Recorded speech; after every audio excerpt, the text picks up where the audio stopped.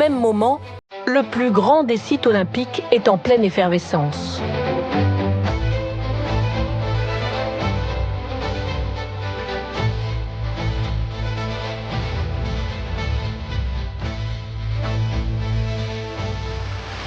Versailles accueille les épreuves équestres dans le parc du château. Et aujourd'hui se déroulent les premiers essais pour l'événement.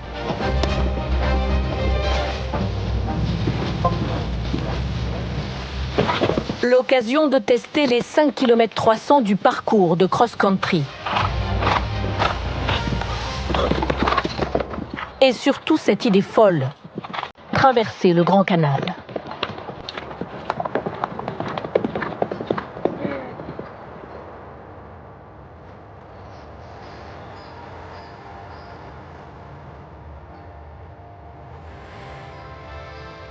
Une passerelle de 63 mètres de long.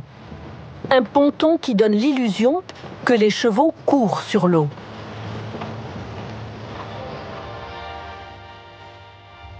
C'est une première, à ma connaissance, dans l'histoire des Jeux Olympiques et Paralympiques. Je pense même dans le monde de l'équitation, une traversée de cette ampleur. Et donc on avait un gros défi aujourd'hui de proposer quelque chose qui soit stable et de bonne qualité pour les chevaux. Et je pense que le test aujourd'hui l'a démontré.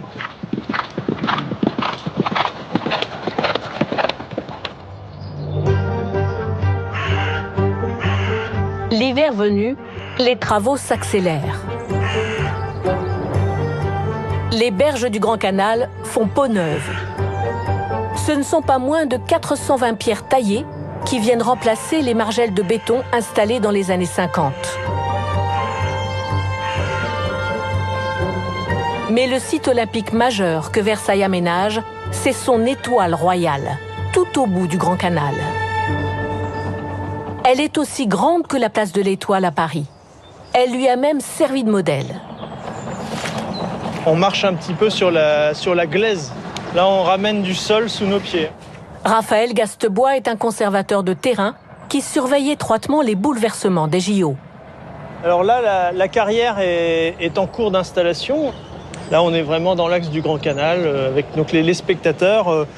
À cet emplacement où on est aujourd'hui se tiendra la grande tribune et ils auront la perspective du château et la carrière des chevaux juste en face. 3 tribunes monumentales sont montées autour de l'Étoile. Plus de 16 000 spectateurs y prendront place, soit autant qu'aux arènes de Nîmes. Sur ce manège de presque 1 hectare se tiendront les épreuves de dressage équestre.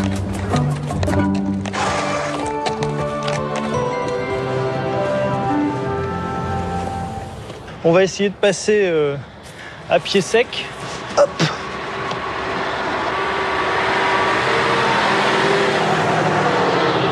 Le balai des machines est incessant. Car le chantier est gigantesque, à l'échelle des travaux de Louis XIV. Il faut tendre des bâches immenses pour y déposer des tombereaux d'un matériau adapté aux chevaux.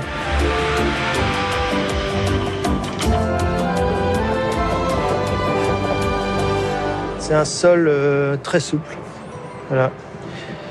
C'est pas des sables mouvants, mais c'est une structure légère.